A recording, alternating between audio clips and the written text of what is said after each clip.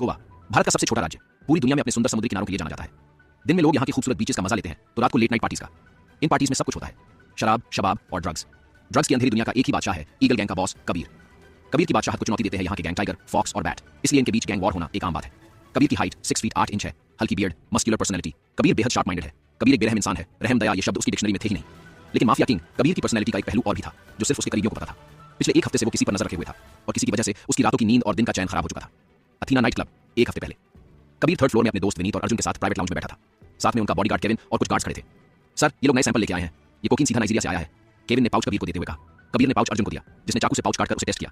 Test करते ही मानो अर्जुन के शरीर में एक करंट सा दौड़ गया हो। उसने कबीर को माल अच्छा है का इशारा किया। तभी कबीर ने पूछा, ये माल बेचने के लिए तुमने मुझे ही क्यों चुना? और भी तो गैंग है। सामने बैठे असलम ने कहा, अभी तक हमारी गैंग इस माल को नाइजीरिया से लाकर सिर्फ मुंबई में बड़े बड़े बिजनेसमैन और बॉलीवुड सेलिब्रिटीज को ही बेचती थी। लेकिन अब हमने सोचा कि क्यों ना अपना धंधा गोवा में भी फैलाया जाए, और हमें पता चला कि यहाँ सिर्फ कबीर और ईगल गैंग ही है जिनके साथ धंधा करना सेफ है। मैंने सुना है कि बेईमानी के इस धंधे में तुमसे ज्यादा ईमानदार कोई नहीं है। ठीक सुना है तुमने, मैं ईमानदारी से धंधा करता हूँ, और अगर किसी ने बेईमानी की तो फिर उसके लिए मेरे पास सिर्फ एक ही चीज है। कबीर ने बंदूक निकालकर टेबल पर रखी। तभी वहां एक आदमी दौड़ता हुआ आया। किंग फॉक्स गैंग के कुछ लोग पार्किंग में दिखाई दिए हैं।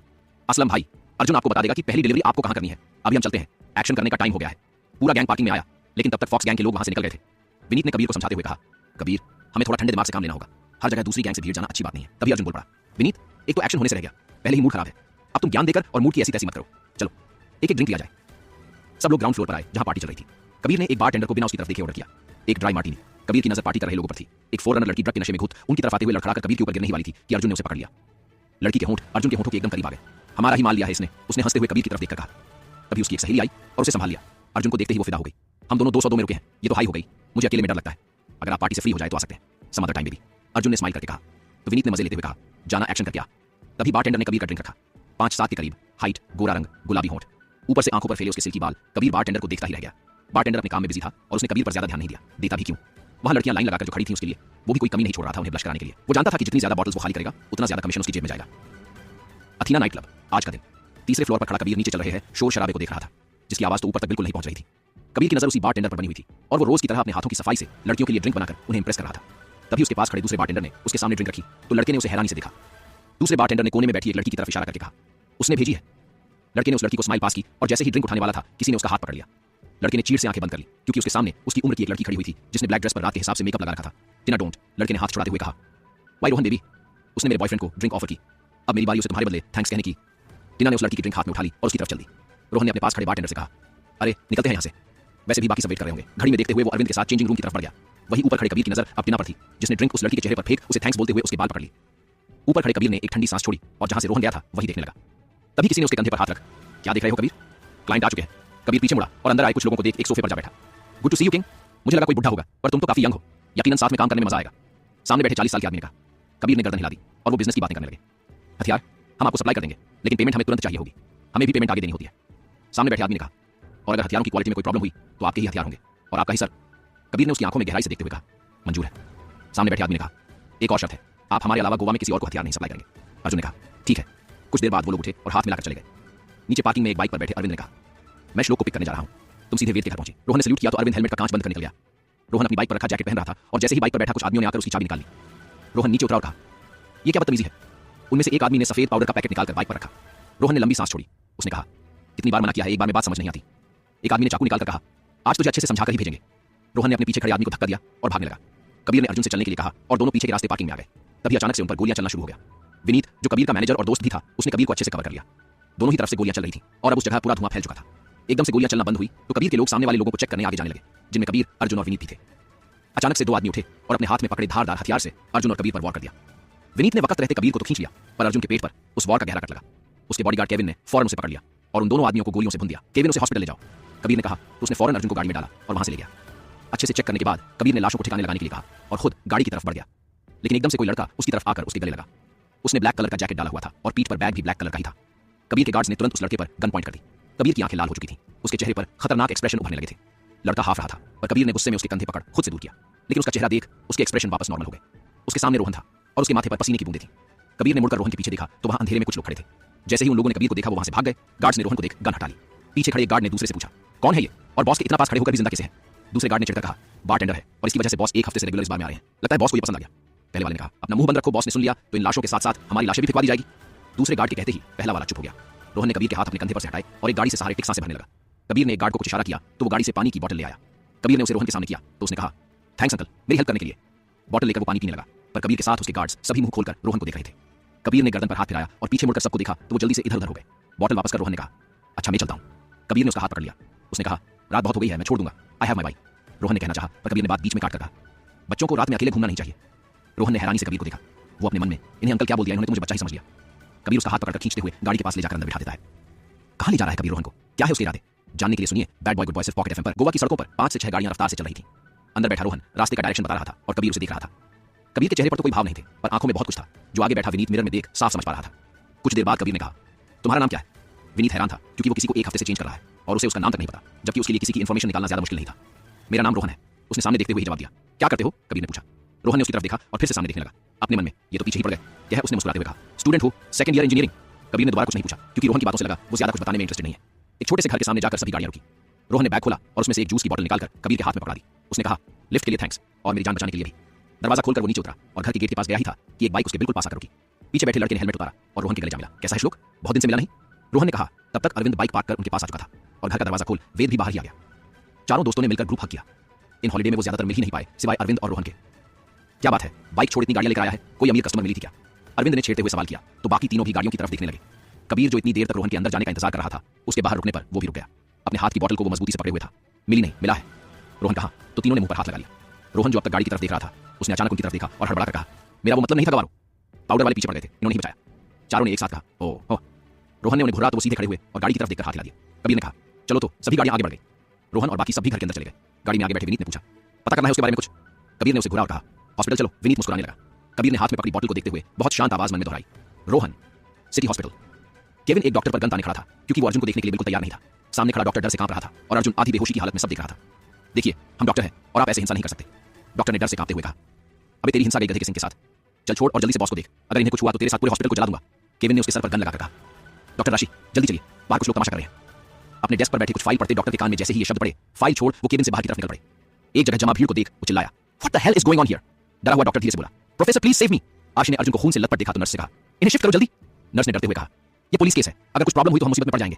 राशि गुस्से से चिल्लाया, और पेशेंट को कुछ हुआ तो तुम्हारे केस का आचार डालेंगे, बिना सवाल किए इन्हें शिफ्ट करो वरना तुम सब मेरी वजह से मुसीबत में जरूर पड़ोगे। आशी की दमदार आवाज सुनकर जब अर्जुन ने उसकी तरफ देखा तो महसूस किया कि उसकी पर्सनैलिटी बिल्कुल वैसी ही थी। उसकी जितनी ही हाइट, गोरा रंग, आंखों पर ग्लासेस और चेहरे पर हल्का सा गुस्सा जो उसे काफी अट्रैक्टिव लुक दे रहा था। नर्स ने जैसे ही आशी की बात सुनी, अर्जुन के स्ट्रेचर को खींचते हुए वार्ड में ले जाने लगी। केविन ने अपनी गन वापस अंदर रख ली। बाकी लोगों को अब भी वहां खड़ा देख आशी ने सबको घूरा तो सब वहां से खिसक गए। एक तरफ खड़ी नर्स ने दिल पर हाथ रख दूसरी नर्स से कहा, डॉक्टर की क्यूटनेस ही झेली नहीं जाती, ऊपर से इनका प्यार भरा गुस्सा, जान लेकर मानेंगे डॉक्टर? वो चेहरा हाथों से छुपाकर शर्माने लगी। उसी हॉस्पिटल के सामने कबीर की गाड़ियां आकर रुकी और वो सब अंदर बढ़ गए। केविन को एक वार्ड के सामने खड़ा देख कबीर वहीं एक चेयर पर जा बैठा। अंदर आशे अर्जुन के पेट पर स्टिचेस लगा रहा था और अर्जुन की दर्द की वजह से आंखें बंद थी।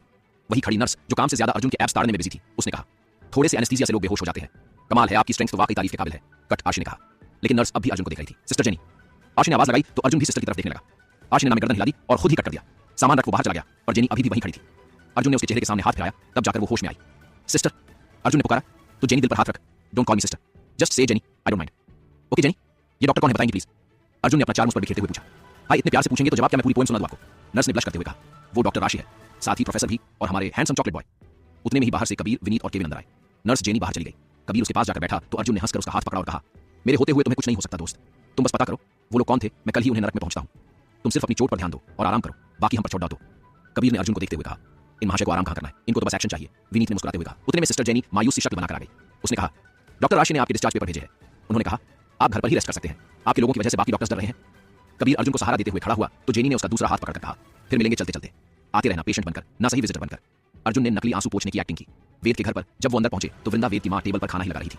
उसने मुस्कुराते हुए सबको देखा और कहा, कल जा रहे हो इसलिए आज यहां आए, वरना इस मां की याद तो किसी को आती ही नहीं। सब एक साथ आगे बढ़े और चारों ओर से वृंदा को घेर कर गले लगा लिया।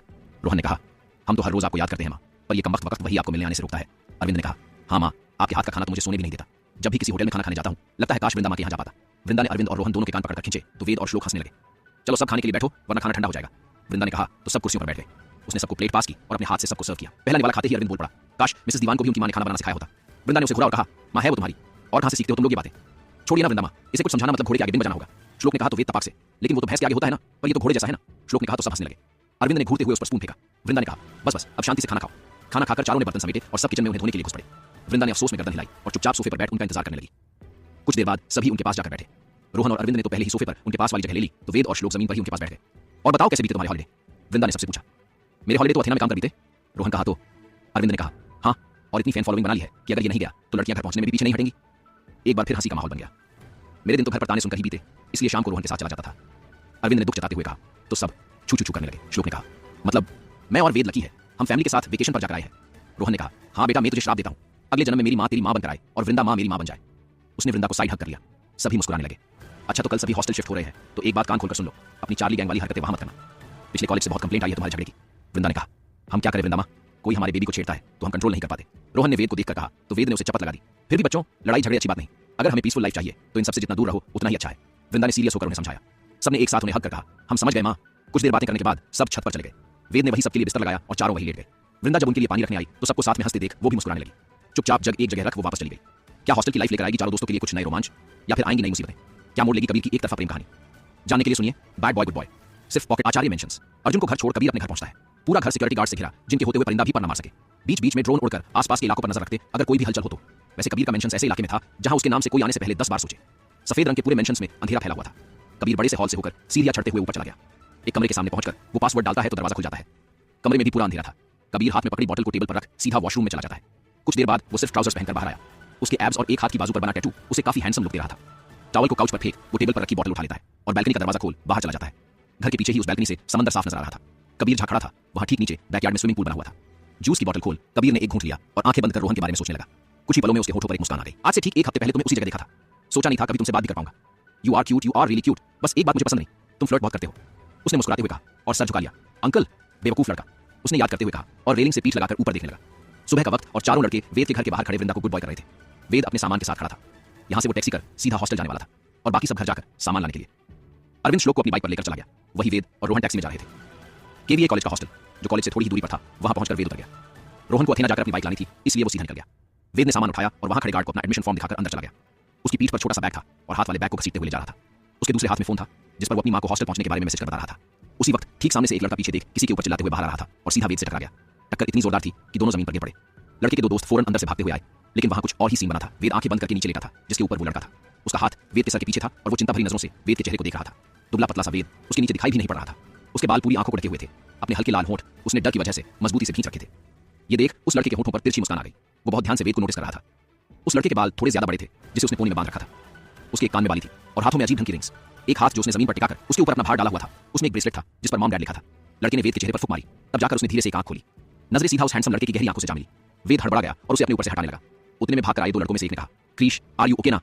क्रिश ने अपना हाथ आगे बढ़ाया तो दोनों लड़कों ने उसे खींचकर खड़ा किया। क्रिश ने वेद के सामने हाथ बढ़ाया तो वो खुद ही खड़ा हो गया। उसने अपना फोन उठाया और सर हल्का सा झुकाते हुए कहा सॉरी मैंने आपको देखा नहीं। क्रिश ने गर्दन टेढ़ी की और उसे ऊपर से नीचे तक देखा। उसने कहा फ्रेशर? वेद ने हाँ में गर्दन हिला दी। क्रिश ने पूछा आईटी, मैकेनिकल? वेद ने नाम में गर्दन हिलाकर जवाब दिया हम। क्रिश ने गर्दन हिलाई और एक लड़के को आवाज देकर बुलाया। उसने कहा इसका सामान ऊपर पहुंचाओ। उस लड़के ने बिना नुकुर के वेद का बैग लेने की कोशिश की पर वेद ने कहा नो थैंक्स, मैं खुद कर लूंगा। क्रिश मुस्कुराया और वेद के दोनों कंधों पर हाथ रखा। अगर सीनियर्स कुछ कहे तो तुम्हें बस उनकी बात माननी चाहिए, है ना? वेद उसे देखता रह गया। क्रिश ने लड़के को आंखों से इशारा किया तो उसने फौरन वेद के हाथ से बैग लिया और आगे बढ़ गया। वेद भी जाने लगा तो क्रिश ने आवाज देकर कहा रुको। वेद के कदम रुक गए। वो पीछे मुड़ा तो क्रिश एकदम सामने आया हुआ था। वेद ने एक कदम पीछे लिया। क्रिश ने पूछा नाम क्या है तुम्हारा? वेद सिंह। वेद ने जवाब दिया कृष्णा ठाकुर। क्रिश ने हाथ बढ़ाकर कहा सभी क्रिश कहते हैं, तुम भी कहो, और कॉलेज या हॉस्टल में कोई भी प्रॉब्लम हो तो सीधा मेरे पास चले आना। वेद उसकी बातों का मतलब समझते हुए उसके हाथ को देखता रहा तो क्रिश ने मुंह बनाकर उसके बालों में हाथ फिरा दिया। वेद एक और कदम पीछे हटा और हैरान नजरों से उसे देखने लगा। क्रिश ने नाम में गर्दन हिला दी और कहा जाओ अब, इतना सुनना था। वेद ने तुरंत कदम घुमाए और हॉस्टल के अंदर चला गया। क्रिश के दोनों दोस्त साहिल और अयान उसके पास आए और दोनों कंधों पर हाथ रखते हुए पूछा ये क्या चल रहा था? मिस्टर क्रिश द लेजेंड किसी के लिए इतना स्वीट? मुझे तो लगा मैं सपने में हूं, वरना तुमसे ऐसी बातों की उम्मीद करना पत्थर पर सर मारने जैसा है। क्रिश ने बारी बारी दोनों को घूरा और सर पर टपली मारकर आगे निकल गया। हॉस्टल के अंदर वेद उस लड़के के पीछे भागते हुए आया और कहा हे तुम रहने दो, मैं खुद कर लूंगा। लड़के ने थोड़ा डरते हुए कहा नहीं नहीं सर ने कहा है तो करना पड़ेगा, वरना पूरे सेमेस्टर मुझे टॉर्चर करेंगे। वैसे तुम क्या उनके रिश्तेदार हो या फिर फ्रेंड? कुछ भी नहीं, लेकिन तुमने ऐसा क्यों पूछा? वेद ने उसकी तरफ देखा। लड़का रुक गया और वेद की तरफ मोड़ सीरियस टोन में कहा तो फिर जितना हो सके उनसे दूर रहना। माफिया फैमिली से बिलोंग करते हैं, उनसे तो पूरा कॉलेज डरता है। अगर किसी के पीछे पड़ जाए तो या तो वो कॉलेज छोड़ देता है या टॉर्चर सहता है। ये सुनकर वेद ने अपना थूक निकल लिया। उसने अपने मन में कहा लेकिन मैंने जानबूझकर धक्का नहीं मारा, कहीं मैं बकरे की तरह हलाल होने वाला हूं, इसीलिए तो उसने अच्छे से बात नहीं की। वो लड़का आगे बढ़ा तो वेद भी उसके पीछे चला गया। अथेना पहुंचकर रोहन ने बाइक ली और सीधा घर की तरफ चल पड़ा। एक बड़े से घर के गेट के सामने जाते ही गार्ड ने तुरंत गेट खोल दिया। रोहन बाइक सीधे अंदर ले जाकर पोर्च में खड़ी करता है। हेलमेट उतारकर वो बाल सेट करता है और उतरकर सीटी बजाते हुए घर के अंदर चला जाता है। वो सीढ़ियां चढ़ने के लिए कदम रखने ही वाला था कि एक औरत की रोबदार आवाज उसके कानों में पड़ी। रात भर कहां थे तुम? ये घर है कोई होटल नहीं, जब तुम्हारा मन किया आए और चले गए। ये रुशाली दीक्षित थी, रोहन की मां। रोहन ने उन्हें इग्नोर कर ऐसे आगे बढ़ा जैसे उसने कुछ सुना ही ना हो। रुशाली पीछे से चिल्लाती रह गई।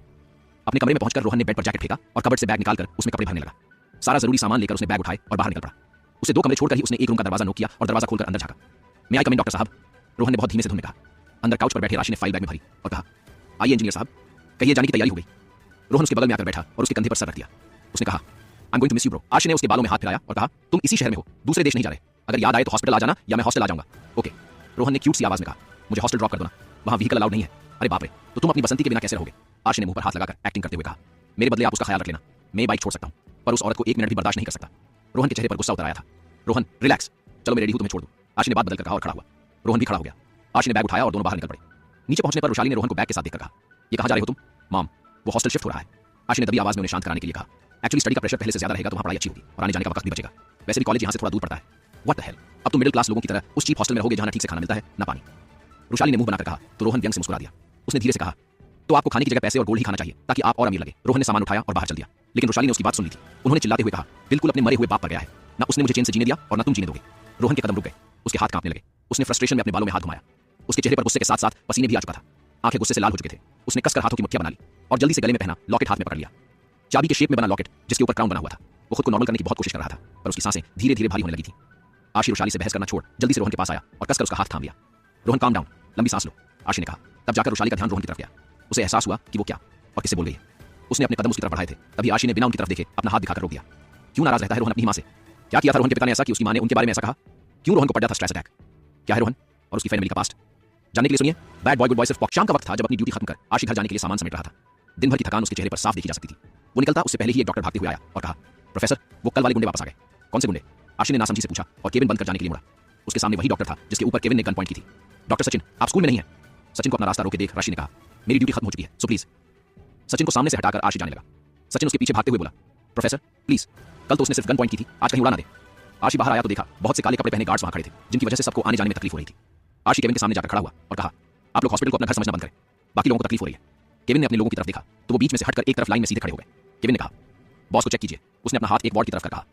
डॉक्टर सचिन, आशी कह ही रहा था। उतने में केविन ने कहा, बॉस चाहते हैं आप ही उन्हें चेक करें, अजीब जबरदस्ती है। आशी ने उसे घूरते हुए कहा। उतने में हॉस्पिटल के डायरेक्टर वहां आए तो आशी और सचिन ने सीधे खड़े होकर उन्हें ग्रीट किया। डायरेक्टर ने कहा, डॉक्टर ऋषि, आप अभी तक यहीं हैं? आशी ने कहा, मेरी ड्यूटी खत्म हो चुकी है, इसलिए मैं बस निकल ही रहा था। मेरा मतलब है आप हमारे नए ओनर को जाकर अटेंड करें। डायरेक्टर ने कहा। आशी हैरानी से उन्हें देख रहा था। उसने कहा, ये कब हुआ? आज ही। उन्होंने जवाब दिया, उन्हें इंतजार कराना ठीक नहीं है, आप जल्दी जाकर उन्हें देखिए। वो वापस चले गए और आशी उन्हें देखता रहा। बॉस को मीटिंग के लिए भी जाना है। केविन ने उसे याद दिलाते हुए कहा कि उसे अर्जुन को देखना है। हाँ, बड़ा समाज सेवा का कार्य करते हैं आपके बॉस। आशी बड़बड़ाया और अपना बैग सचिन को पकड़कर अंदर चला गया। सचिन ने धीरे से केविन की तरफ देखा तो वो उसे घूर रहा था, मतलब उसने आशी की बात सुन ली थी, इसलिए सचिन भी जल्दी से आशी के पीछे भाग गया। वार्ड के अंदर आशी ने देखा तो सिस्टर जेनी पहले ही आकर अर्जुन को ताड़ने में बिजी थी। वो अपनी बातों से उसे इंप्रेस करने की पूरी कोशिश कर रही थी। दरवाजा खुलते ही दोनों ने वहां देखा तो आशी गुस्से से खड़ा था। पैर पटकते हुए वो अर्जुन के पास आकर उसे चेक करने लगा। उसके स्टिचेस खुल गए थे, या यूं कहो तो उसने खुद कोई कारनामा किया है। आशी ने घूरकर उसकी आंखों में देखा तो अर्जुन ने बहुत ही मासूमियत से गहरी मुस्कान होठों पर सजा दी। केविन अंदर आया। उसने सचिन और जेनी से कहा, आप दोनों बाहर चलिए, बॉस को ज्यादा लोग पसंद नहीं। जेनी और सचिन हैरानी से उसे देखने लगे। हो सकता है तुम दोनों से उन्हें खतरा हो। केविन की आगे की बात सुनकर दोनों का मुंह हैरानी से खुल गया। सचिन ने फौरन कहा, और आपके बॉस की वजह से हमारे प्रोफेसर को खतरा हुआ तो उसकी जिम्मेदारी कौन लेगा? केविन ने घूरकर उसे देखा और अपनी गन निकालने के लिए हाथ कमर पर लगाने ही वाला था। उतने में सचिन ने सिस्टर जेनी का हाथ पकड़ा और खींचते हुए उसे ले गया। केविन भी चुपचाप बाहर चला गया। आशी बिना किसी से मतलब रखे ध्यान से अपना काम कर रहा था। डॉक्टर आशी, अर्जुन ने बहुत गहरी आवाज में कहा, जिसकी वजह से आशी की नजरें अचानक से ऊपर उठी। उसकी आंखों में थोड़ी सी चिंता थी जो अक्सर ही हर पेशेंट के लिए देखने को मिलती। उसने सवाल किया, दर्द हो रहा है? अर्जुन ने नाम में गर्दन हिलाई। आशी ने तुरंत पट्टी और बाकी सामान उठाया और जल्दी से अपना काम निपटाने लगा। अर्जुन उसे जल्दी जल्दी काम करते हुए देखकर बोला, सॉरी डॉक्टर, मेरी वजह से आपको एक्स्ट्रा टाइम रुकना पड़ा, लेकिन मुझे किसी और पर भरोसा नहीं है। आशी ने उसकी तरफ देखते हुए कहा, मुझे उम्मीद है आप आराम करेंगे और अपना ध्यान रखेंगे ताकि आपको तकलीफ ना हो और मेरा टाइम मैं और मरीजों को दे सकूं। आशी ने अपना काम पूरा किया। अर्जुन ने कहा, थैंक्स डॉक्टर। आशी ने आईब्रो उठाई और तंज कसते हुए कहा, इसी के तो पैसे मिलते हैं मुझे, अगर और कुछ ना बचा हो तो मैं घर जाना चाहूंगा। आशी वहां से चला गया। हॉस्टल में रोहन की नजरें बार बार खिड़की से नीचे गेट की तरफ जा रही थी। ये बात बाकी सभी नोटिस कर रहे थे, इसलिए वेद ने कहा, क्या हुआ रोहन, डोंट से डेट की, तुम हॉस्टल से बाहर जाना चाहते हो? रोहन शैतानी मुस्कान के साथ उसकी तरफ देख गाल पकड़ते हुए, उफ बेबी, तुम इतने स्मार्ट क्यों हो? वेद ने उसके हाथ झटक दिए। उसने रोहन को घूरते हुए कहा, पहला दिन है हमारा और मैं नहीं चाहता हम सबको यहाँ से आज ही बाहर फेंक दिया जाए। गलती से भी कुछ उटपटांग किया ना तो मुझसे बुरा कोई नहीं होगा। रोहन खड़ा हुआ और उसके गले में हाथ डालकर, रिलैक्स बेबी, मैं आज कहीं नहीं जा रहा, बस नजर रख रहा था। यहाँ के स्टूडेंट्स इतने भी सीधे नहीं लगते, कोई ना कोई तो बाहर जाता ही होगा और मुझे तो ये जानने में दिलचस्पी है कि वो अंदर कैसे आते हैं। कहकर रोहन हंसने लगा। उसके साथ अरविंद भी हंसने लगा। श्लोक तो हैरानी से दोनों को देख रहा था। वेद का मुंह बन गया और वो जाकर अपनी जगह लेटकर चादर मुंह पर ओढ़ ली। उसने अंदर से ही कहा, चुपचाप सो जाओ, अगर सुबह लेट उठे तो सबको बेड पर ही नहला दूंगा। श्लोक फौरन वेद के ऊपर वाले बेड पर चढ़कर लेट गया। दूसरी तरफ रोहन नीचे वाले और अरविंद ऊपर वाले पर चला गया। अथीना हमेशा की तरह कबीर अपनी जगह खड़े होकर नीचे क्लब में लोगों को देख रहा था, लेकिन आज वो चेहरा कहीं नहीं था जिसे देखने के लिए वो यहाँ आया था। पीछे ही अर्जुन शराब की बोतल लेकर बैठा पैक पर पैक पिए जा रहा था। विनीत और केविन बुरा सा मुंह बनाकर उसे देख रहे थे, क्योंकि हर पैक के बाद वो विनीत से कहता, तुम्हारी जबान पनौती है। मैंने उसके लिए हॉस्पिटल खरीद लिया, लेकिन फिर भी कुछ नहीं हुआ। विनीत उसकी बातों से चिढ़ चुका था। उसने अर्जुन के हाथ से बोतल छीन ली तो अर्जुन रोने जैसी आवाज में सीना पीटकर बोला, अब क्या एक इंसान चेन से शराब पीकर गम भी न मनाए? उसका रोना देख विनीत ने 1 सेकंड के अंदर बोतल वापस नीचे रख दी। दूसरी तरफ अपने सामने लगी कांच की दीवार पर हाथ रख कबीर ने ठंडी सांस छोड़ी। उसने मन में कहा, वो आज नहीं आया, ठीक तो होगा ना? विनीत ने आकर उसके कंधे पर हाथ रख कहा, तुम उसके बारे में कुछ ज्यादा ही सोच रहे हो। उसने नीचे की तरफ देखा और धीरे से कहा, क्या उसे ढूंढना शुरू कर दूं? मुझे लगता है तुम्हें आज उसे देखे बिना चैन नहीं आएगा। जरूरत नहीं, कह कबीर मुड़ा और अर्जुन के पास जाकर उसके हाथ से बॉटल छीन ली। रात के अंधेरे में एक साया चुपके से चला जा रहा था। उसके काले कपड़ों से पहचान करना भी मुश्किल था कि इतने अंधेरे में कोई मौजूद है। वो सीढ़ियों तक पहुंचा ही था कि उस घर के बड़े से हॉल की लाइट जल उठी। लड़का कोई और नहीं, क्रिश था, जिसने जोर से आंखें मीच ली। होठों पर बड़ी सी मुस्कान ली वो पीछे पलटा। हॉल के एक तरफ रखे सोफे पर दो आदमी बैठे थे। 40 की उम्र में भी वो बहुत हैंडसम दिख रहे थे। उनमें से एक थोड़ा गुस्से में था और दूसरा मायूसी से क्रिश को देख रहा था। क्रिश धीरे धीरे चलकर उनके पास आया। क्रिश अपनी मुस्कान और मासूम शक्ल का पूरा इस्तेमाल कर आदमी को मनाने की कोशिश में था। मॉम, क्रिश ने प्यार से कहा और उसके पैरों के पास बैठ गया। अनिकेत ने सख्ती से पूछा, कृष्णा कितने बज रहे हैं? क्रिश ने घड़ी में देखा 12 बज रहे थे। उसने सरजान की तरफ मासूमियत से देखा। सरजान ने फौरन अनिकेत का हाथ दबाना शुरू कर दिया। उन्होंने कहा, अनी प्लीज आज माफ कर दो, वो कल से जल्दी आ जाएगा, है ना क्रिश? उसने हाँ में गर्दन हिला दी। अनिकेत ने दोनों को घूरा और कहा, जरा बताओ ये सेम बात तुमने मुझसे कितनी बार कही है? क्रिश ने दांत दिखा दिए और सरजान ने दांतों तले जीभ दबा ली। मॉमी, अपने प्यारे से बच्चे को माफ कर दो, क्रिश ने अनिकेत के पैर दबाकर कहा। हाँ बेबी प्लीज, सरजान ने आंखों में दुनिया भर की मासूमियत लाकर कहा। अनिकेत ने अपनी बाहें मोड़ ली और सख्त आवाज में कहा, आज आखिरी बार है जब मैं माफ कर रहा हूं। अगर कल से तुम 9 बजे के पहले घर नहीं आए तो बाप बेटे बाहर लॉन में सोना। वो उठकर खड़ा हुआ और डाइनिंग टेबल की तरफ बढ़ा। पीछे से सरजान और अनिकेत मुंह खोले अनिकेत को देख रहे थे। क्रिश ने कहा, डैड, क्या मॉम सच में हमें लॉन में सोने भेजेगी? सरजान ने उसकी तरफ एक दांत दिखाया और कहा, तुम्हारे डैड को काफी ज्यादा एक्सपीरियंस है, तो कल से शार्प 9 बजे घर पहुंच जाना, वरना दोनों की खैर नहीं। क्रिश ने उनका हाथ पकड़कर कहा, आई प्रॉमिस डैड, मैं आपको लॉन में सोने नहीं दूंगा। गुड बॉय, कहकर सृजन ने उसके बालों में हाथ घुमाया। अनिकेत ने सर्वेंट को खाना लगाने के लिए कहा और दोनों को आवाज दी, अब आओगे या नहीं, मुझे भूख लगी है। दोनों जल्दी से उठकर डाइनिंग टेबल की तरफ गए। अथेना, सब लोग निकलने ही वाले थे कि उनकी नजर वहां बैठे आरशी पर पड़ी। अर्जुन नशे में बोला, अब मैं इसका बॉस हूं, अभी जाकर बताता हूं इसे, बहुत एटीट्यूड देता है ना ये। वो तुरंत आरशी के पास गया और उसके कंधे को पकड़ लिया। आरशी ने जैसे ही पीछे अर्जुन को देखा तो अर्जुन की अकड़ गायब हो गई। वाह, ये आराम हो रहा है आपका, कल फिर आ जाना हॉस्पिटल में, अब तो हॉस्पिटल भी आपका ही है, आरशी ने अर्जुन को डांटते हुए कहा। अर्जुन मासूम सी शक्ल बना के बोला, वैसे डॉक्टर, किसी ने आपको कहा कि आप बहुत क्यूट हो? क्यूट नहीं, हैंडसम कहा है कई लड़कियों ने, आरशी ने जवाब दिया। और आपने क्या बोला लड़कियों को? अर्जुन ने पूछा। मतलब? आरशी को अर्जुन का सवाल समझ नहीं आया। मतलब आप मुझे बहुत क्यूट लगते हो, एक एक पैग हो जाए, अर्जुन बोला। आरशी हैरान हो गया, आज तक किसी लड़के ने उसे ऐसा नहीं कहा था। पहले ही इतनी भी है, अभी और पीनी है। आरशी चढ़ गया। ठीक है क्यूटी पाई, हम कल कॉफी पियेंगे साथ में, अर्जुन ने कहा। आरशी हैरान था, ये शराब पी के कैसे बात कर रहा है, दिखने में तो माचो है, आजकल किसी का कुछ नहीं कह सकते। आरशी ने सोचा, इससे कैसे छुटकारा पाऊं? अर्शी सोचते हुए केविन को इधर उधर ढूंढने लगा। तभी उसकी नजर पीछे बैठे केविन पर पड़ी। अर्शी ने उसे बुलाया। केविन के आते ही अर्शी उस पर भी बरस पड़ा। तुम्हारा काम सिर्फ इन्हें हॉस्पिटल लाना है या इनका ख्याल रखना भी है? लेके जाओ इन्हें। केविन चुपचाप अर्जुन को ले जाने लगा। Doctor, you are so cute and caring, I love you doctor, नशे में ही सही। अर्जुन ने अपने दिल की बात कह दी थी और चला गया। आरशी हैरान उसे जाते हुए देखता रह गया। क्या आरशी समझेगा अर्जुन के प्यार को? क्या मोड़ लेगी आरशी और अर्जुन की कहानी? जानने के लिए बने रही है हमारी कहानी गुड बॉय बैड बॉय के साथ, सिर्फ पॉकेट नॉवल पर। रोहन को स्ट्रेस अटैक आता देख ऋषि ने रोहन को बाहर ले गया और एक सर्वेंट को सामान लाने को कहा। रोहन को गाड़ी में बैठाकर वो हॉस्टल की तरफ ले गया और पीछे से रुशाली जाती गाड़ी को देखती रही। ड्राइविंग पर फोकस करते हुए ऋषि ने रोहन की तरफ देखा, जो अब थोड़ा नॉर्मल लग रहा था। उसने कहा, एक बार हॉस्पिटल जाकर आए? मैं ठीक हूं, हॉस्टल ही चलो। रोहन ने उसकी तरफ देखा। ऋषि ने कुछ नहीं कहा और गाड़ी हॉस्टल वाले रास्ते पर मोड़ ली। स्पीड से एक बाइक दीवान मैंशन के सामने जाकर रुकी। घर के अंदर ही एक आदमी और औरत डाइनिंग टेबल पर बैठे नाश्ता कर रहे थे। मिसेस दीवान ने कहा, लो आगे लाड साहब, हॉस्टल जाने की बात कर रहे थे कल। मिस्टर दीवान की आंखें सिकुड़ गई। उन्होंने कहा, क्यों? ये तो उसी से पूछिए, मिसेस दीवान ने कहा और खाने में बिजी हो गई। अरविंद घर के अंदर आया तो सबसे पहली नजर अपने मॉम डैड पर गई। उसने नजरें घुमाई तो सीढ़ियों से एक लड़की मुस्कुराते हुए नीचे उतर रही थी। कंधे से नीचे तक बाल जो उसने खुले छोड़े हुए थे, स्लीवलेस व्हाइट टॉप और ब्लैक पैंट के साथ पैरों में हील्स, वो बहुत सुंदर लग रही थी। अरविंद मुस्कुराते हुए उसकी तरफ बढ़ा ही था कि मिस्टर दीवान ने कहा, तुम हॉस्टल क्यों जा रहे हो? मेरे ख्याल से कॉलेज यहाँ से ज्यादा दूर भी नहीं है।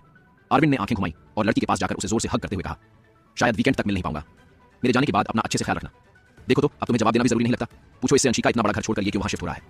अगर कोई दिक्कत है तो हम नया घर खरीद सकते हैं तुम्हारे लिए।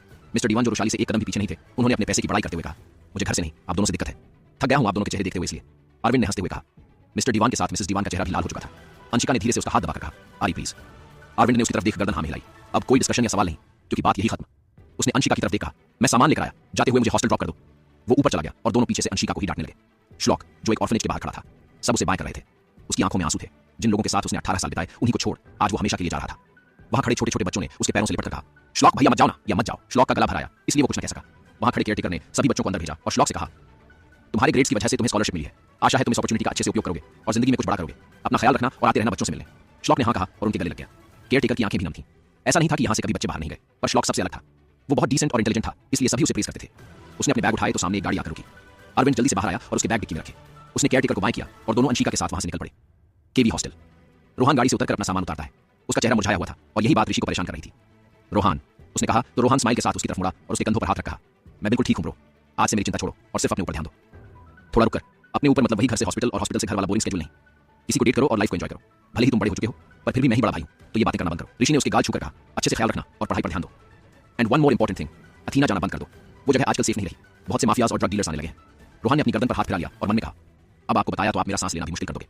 उसी वक्त एक गाड़ी वहां आकर रुकी, जिसमें से अरविंद और श्लोक के साथ साथ अंशिका भी उतरी। हे डॉक्टर, लॉन्ग टाइम नो सी, बहुत बिजी हो आजकल। उसने अपना हाथ बढ़ाकर कहा तो ऋषि उसे देख मुस्कुराया और हाथ मिलाया। उसने कहा, देखो तो बिजी होने की बात कौन कर रहा है? दोनों हंसने लगे। ऋषि और अंशिका स्कूल फ्रेंड्स थे।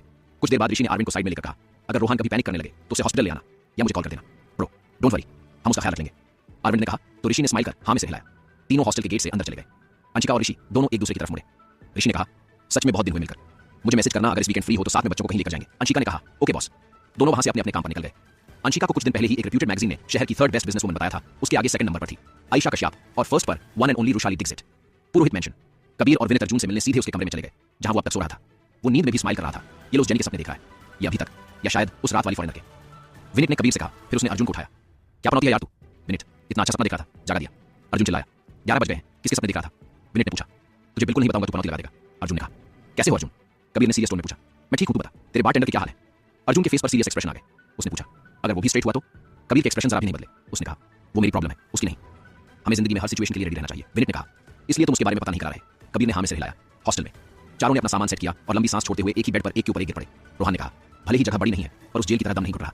घर को याद कर उसने कहा तो अरविंद भी सोच में पड़ गया। उसने कहा, सच कहा, मैं चाहता हूं पूरी जिंदगी हम चारों हमेशा ऐसे ही एक दूसरे के साथ रहे। उसके लिए हमें आपस में शादी करनी पड़ेगी। रोहन ने कहा, मैं बेबी को चूज करूंगा। वेद ने सुना तो उठकर वो रोहन को मारने लगा। सभी हंस रहे थे, तभी वेद के फोन पर वृंदा का वीडियो कॉल आया। रोहन ने फोन छीना और झट से उठाकर उनसे बात करने लगा। बारी बारी सबने उनसे बात की। सबसे उनके दिन और हॉस्टल के बारे में पूछने के बाद वृंदा ने उन्हें समझाया कि कैसे वो चारों अपना और एक दूसरे का ध्यान रखें। सबने वृंदा से वादा किया कि वो एक दूसरे का ध्यान रखेंगे, पढ़ाई ठीक से करेंगे और किसी से झगड़ा नहीं करेंगे। सबने वृंदा माँ का भेजा हुआ लंच एक साथ किया। यार, माँ के हाथ का खाना भी नहीं मिलेगा, उसके बदले मिलेगा मेस की हल्दी वाली दाल और पत्थर जैसी रोटी। रोहन ने चिढ़ते हुए कहा, मिस्टर रोहन, सोच लो हॉस्टल में रह पाओगे ना, या फिर अपने घर वापस जाना है? श्लोक ने पूछा। घर नहीं, वो जेल है, याद मत दिलाओ मुझे वहां की। रोहन का मूड थोड़ा खराब हो गया। हाँ, तो हमें जेल और हॉस्टल में से एक को चुनना था। हमने हॉस्टल चुना। यह हमारा बिल्कुल सही फैसला है, इसलिए ज्यादा मत रो और चुपचाप खाना खाओ। अरविंद ने कहा, मेरा बेबी मेरे साथ हो तो हॉस्टल क्या, मैं तो जेल में भी रह लूं? रोहन ने वेड के गाल खींचते हुए कहा। वेड ने उसकी पीठ पर एक मुक्का मारा और कहा, जल्दी खाओ और उसके बाद हमें फर्स्ट ईयर का रिवीजन कर लेना चाहिए। ऐसा ना हो कि हम फर्स्ट डे क्लास में जाएं, प्रोफेसर कुछ पूछे और हमारा मजाक बन जाए। यार, ये तो ना हॉस्टल को भी जेल बनाकर ही रहेगा, अरविंद ने कहा और सब हंस पड़े। आचार्य मेंशन। कबीर अपनी बैल्कनी में बैठा कॉफी पी रहा था, तभी विनीत वहां आया। पता चल गया है अथीना क्लब में रात को हमारे ऊपर जीवन कश्यप ने हमला करवाया था। कबीर की आंखों में गुस्सा भर गया था।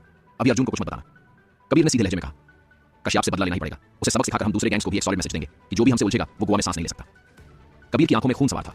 जीवान की बेटी आयशा को उठा ले गया। विनीत ने कहा, नहीं, वो एक बिजनेस वुमन है, उस पर सीधा हाथ नहीं डाल सकते, और वैसे भी उससे हमारी कोई दुश्मनी नहीं है, फिलहाल उसके बारे में मत सोचो। कबीर के जवाब से साफ था कि वो एक लड़की पर हमला करने के खिलाफ है। ऋषि और अंशिका का भी उन्हें कॉल आया। पुरोहित मेंशन। अर्जुन के मोबाइल पर एक नोटिफिकेशन आता है। वो मैसेज ओपन करके देखता है तो उसे अपनी आंखों पर यकीन नहीं होता। वो फोन को बेड पर पटक देता है। मुझे सच का पता लगाने खुद जाना होगा, वो भी अभी के अभी। अर्जुन ने केविन को आवाज लगाकर बुलाया। केविन दौड़ता हुआ आता है।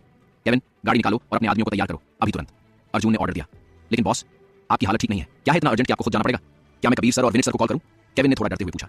नहीं, ये मेरा मामला है, मैं ही देखूंगा, किसी को कॉल करने की जरूरत नहीं है, तुम जाओ, जल्दी मैं आता हूं। अर्जुन गुर्राया और अलमारी की तरफ गया। थोड़ी देर में 6-7 गाड़ियां तेज स्पीड से निकली। क्या नोटिफिकेशन आया था अर्जुन के मोबाइल पर जो वो तुरंत निकल गया? किस पर्सनल काम के लिए जा रहा था अर्जुन? जानने के लिए सुनिए बैड बॉय गुड बॉय सिर्फ पॉकेट एफएम। नशे में धुत अर्जुन को केविन आशी के कहने पर क्लब से बाहर ले जाता है और गाड़ी में बैठाता है और खुद ड्राइविंग सीट पर बैठता है। अर्जुन और कबीर पहले से ही कार में बैठे हैं। उनका काफिला निकल पड़ता है। क्या हुआ, तेरा मुंह क्यों लटका है? क्या कहा तेरे डॉक्टर ने? विनीत मजाकिया टोन में कहता है। उसने कुछ नहीं कहा, लेकिन मैंने कह दिया आई लव यू डॉक्टर। अर्जुन ने विनीत को बताया। वाह मेरे शेर, अब देखते हैं डॉक्टर क्या कहता है। विनीत ने जवाब दिया। वो पता नहीं क्या बोलेगा, जब तक जवाब आता है तू मेरी स्वतंत्र फोटो देख। अर्जुन ने मोबाइल निकालकर विनीत को दिया। ये तो अंशिका है। विनीत देखकर चौंक गया। हाँ, इसी की वजह से मैंने हॉस्पिटल खरीदा। आज ही मेरे आदमी ने यह फोटो मुझे व्हाट्सएप किया तो मुझे लगा कि आशी के दिल पर ये लड़की कब्जा करे। उससे पहले मैं आशी के हॉस्पिटल पर कब्जा कर लेता हूँ, फिर धीरे धीरे उसके दिल पर भी मेरा कब्जा हो जाएगा। अर्जुन ने जोश में कहा, जैसे वो अंशिका से कोई रेस लगा रहा हो आशी के लिए और इस रेस को वो हर हाल में जीतना चाहता हो। नहीं अर्जुन, ठीक से देख, ये दोनों इतने करीब भी नहीं दिखते, लगता है दोनों सिर्फ दोस्त हैं। विनीत ने जवाब दिया। अर्जुन ने मोबाइल वापस लिया और गौर से देखा। विनीत की बात में थोड़ी तो सच्चाई थी। वाह विनीत पनौती, आज तूने पहली बार मेरे प्यार के बारे में कोई अच्छी बात कही है। आई लव यू विनीत। कहते कहते अर्जुन बेहोश हो गया। वही कबीर चुपचाप सिर्फ उनकी बातों को सुन रहा था और रोहन के ख्यालों में खोया हुआ था। केवी हॉस्टल। सुबह का वक्त था जब हॉस्टल में वेद रेडी होते हुए रोहन और अरविंद को 10 बार आवाज लगा चुका था। उसने बैग में अपना सामान भरा और कहा, श्लोक लगता है इन्हें यही नहलाना पड़ेगा, ऐसे तो ये उठने से रहे। ठीक है, फिर मैं आइस वाला पानी ले आता हूं। श्लोक ने जैसे ही कहा, रोहन और अरविंद एक झटके में उठ गए। उनकी आंखों में अब भी नींद थी, पर श्लोक और वेद की इतनी खतरनाक बातें सुनकर वो बेमन से उठे और रोहन नहाने चला गया। वेद ने उन दोनों के बैग भी रेडी कर दिए। उनके रेडी होने के बाद वो नाश्ता करने मेस चले गए और जैसे यूजुअल हर मेस की तरह यहाँ का खाना भी उनके गले में अटक गया। थोड़ा सा ही खाकर वो कॉलेज के लिए निकल पड़े। KVA university. अलग अलग डिपार्टमेंट की यहाँ कम से कम 20 से 25 बिल्डिंग्स थी। कॉलेज में एंटर करते ही कहीं स्वर्ग में आने जैसा अनुभव होता था। न्यू एडमिशन और इस बात का फायदा सीनियर्स ना उठाएं, ऐसा हो ही नहीं सकता। फाइनल ईयर के 5-6 लड़कों का एक ग्रुप गेट से थोड़े अंदर पार्किंग में अपनी बाइक लगाकर आने वाले जूनियर्स को रोककर परेशान कर रहा था। कोई मुर्गा बना था तो कोई उठक बैठक लगा रहा था, कोई गाना गा रहा था तो कोई डांस कर रहा था। रैगिंग करने वाले उन पर हंस रहे थे। उन लोगों के बिल्कुल सामने गार्डन में लगे बेंच पर क्रिश, अयान और साहिल बैठे थे। उनके पीछे ही 4-5 लड़के और खड़े आपस में बातें कर रहे थे। फाइनल ईयर के ग्रुप का लीडर विहान मेहरा सामने बैठे क्रिश को बुरी तरह घूर रहा था और क्रिश भी उससे अपनी नजरें हटाने को तैयार नहीं था। दोनों की दुश्मनी पूरे कॉलेज में फेमस थी। इनकी फैमिलीज की वजह से कोई भी उनके बीच पड़ने की हिम्मत नहीं करता था। विहान भी माफिया बैकग्राउंड फैमिली से बिलोंग करता था, जो गोवा में 5वें नंबर की गैंग थी, वुल्फ गैंग।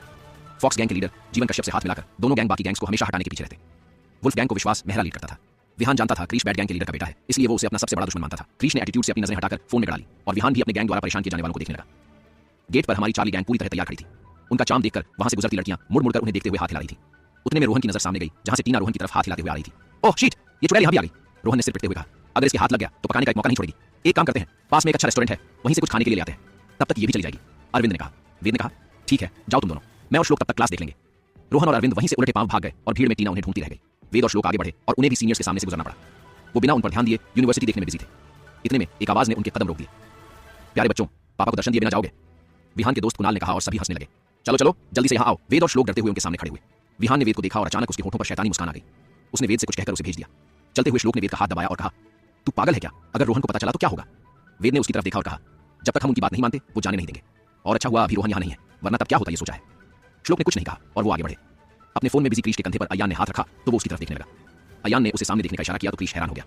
वेद नजरें झुकाए हाथ में फूल लेकर खड़ा था और पीछे सीनियर्स और नए स्टूडेंट्स सब उन्हें ही देख रहे थे। क्रिश की आंखें छोटी हो गईं। उसने फोन साइड में रखा और दोनों हाथ बेंच से लगाते हुए फैल कर बैठ गया। उसने कहा, क्या है ये सब? वेद ने धीरे से सिर उठाया और फिर से झुकाकर कहा, ले लीजिए ना, वरना वो लोग हमें जाने नहीं देंगे। क्रिश ने सामने देखा तो विहान शैतानी मुस्कान के साथ उसे देख रहा था। उसने आंखों से ही उसे लेने का इशारा किया। वहां से गुजरती बाकी सीनियर्स अजीब नजरों से वेद को घूर रही थी क्योंकि उनके क्रश को वो फूल देने के लिए आया था। क्रिश ने विहान को देखते हुए हाथ आगे बढ़ाया और फूल ले लिया। विहान बुरी तरह चिढ़ गया और बाकी सब हैरान हो गए। आज तक जिसने भी क्रिश के साथ डेयर पूरा करने के लिए फूल दिया था उसने बुरी तरह उन्हें इंसल्ट करके भेजा था। विहान भी आज एक नए शो के इंतजार में था, पर क्रिश ने उसके ऊपर पानी फेर दिया। सारी लड़कियां आपस में बात करते हुए वेद को बुरा भला कहने लगी, जो आवाजें उसके कान में भी पड़ रही थी। उसका चेहरा उदासी से भर गया। तभी क्रिश ने कहा, अपनी क्लास में जाओ। श्लोक ने फौरन वेद का हाथ पकड़ा और वो जा पाते उससे पहले ही विहान बाइक से उतरा और कहा, मैंने तुम्हें जाने के लिए नहीं कहा, अभी हमारा और खेलने का मन है। उसकी बात सुनकर क्रिश की मुट्ठियां भींच गईं।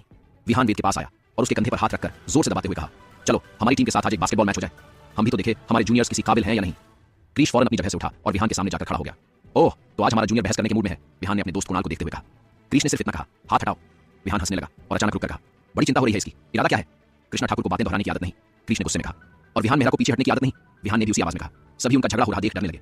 इस सबके बीच वेद पीस रहा था जिसका कॉलर विहान ने मजबूती से पकड़ रखा था। क्रिश ने कमर पर हाथ रखकर पीछे घूमते हुए हल्के से हंसाया और अचानक मुड़कर विहान को एक पंच मार दिया। सबने मुंह पर हाथ रख लिया। विहान नीचे गिर गया। उसके साथ वेद भी खींचा चला जाता। उससे पहले ही क्रिश ने उसे अपनी तरफ खींच लिया। विहान के दोस्तों ने फौरन उसे खड़ा कर दिया। उसने होठों पर लगे खून को अंगूठे से पोंछा।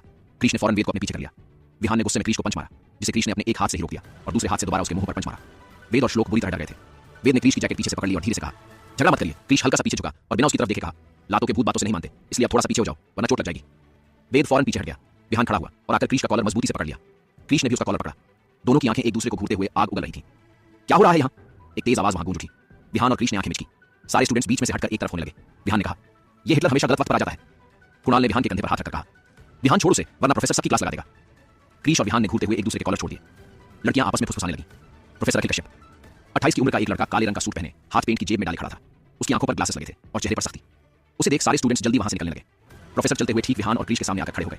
उन्होंने कहा, मैंने पूछा क्या हो रहा है? नथिंग प्रोफेसर, हम बस प्रोजेक्ट को लेकर डिस्कस कर रहे थे। कुणाल ने कहा। अखिल ने उसे घूरा और कहा, तो खत्म हो गया डिस्कशन, वो भी जूनियर्स के साथ? यस प्रोफेसर, कुणाल ने जवाब दिया। हम तो बस उनसे आइडियाज ले रहे थे। अखिल ने सबको एक बार घूरा। उसने कहा, निकलो फिर क्लास में।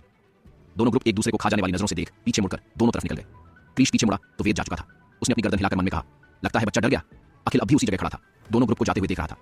क्या कॉलेज की यह फाइट यहीं खत्म हो जाएगी या विहान लेगा अपना बदला? क्या आशी और अंशिका की दोस्ती सिर्फ दोस्ती तक रहेगी या ये दोस्ती बदल जाएगी प्यार में? आशी को पाने के लिए किस हद तक जाएगा अर्जुन? जानने के लिए बने रहिए। हमारी कहानी गुड बॉय बैड बॉय के साथ सिर्फ रोहन और अरविंद गेट से अंदर आए तो पूरा मैदान खाली था। कुछ देर पहले जहां स्टूडेंट्स की भीड़ थी अब वहां परिंदा भी नजर नहीं आ रहा था। हाथों में सामान लिए वो अंदर बढ़े। अपनी क्लास को ढूंढकर वो अंदर गए। पूरी क्लास में नजर फिराने के बाद आखिरी बेंच पर देखा जहां एक पर वेद और दूसरी पर श्लोक उनके लिए जगह बनाकर बैठे थे। पूरी क्लास लड़कों से भरी हुई थी, बस एक लड़की को छोड़कर। शायद सीट न मिलने की वजह से दोनों ने आखिरी बेंच को ही ले लिया। दोनों मुस्कुराते हुए अंदर आए।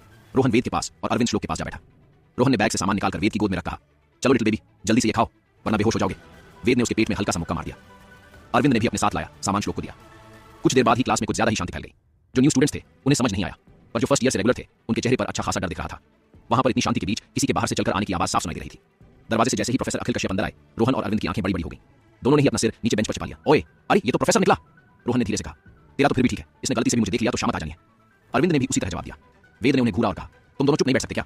पूरा कॉलेज उन्हें हिटलर के नाम से बुलाता है। अगर उन्होंने तुम्हें बात करते देख लिया तो पूरे सेमेस्टर क्लास से बाहर रखेंगे। रोहन और अरविंद ने विचार से एक दूसरे को देखा।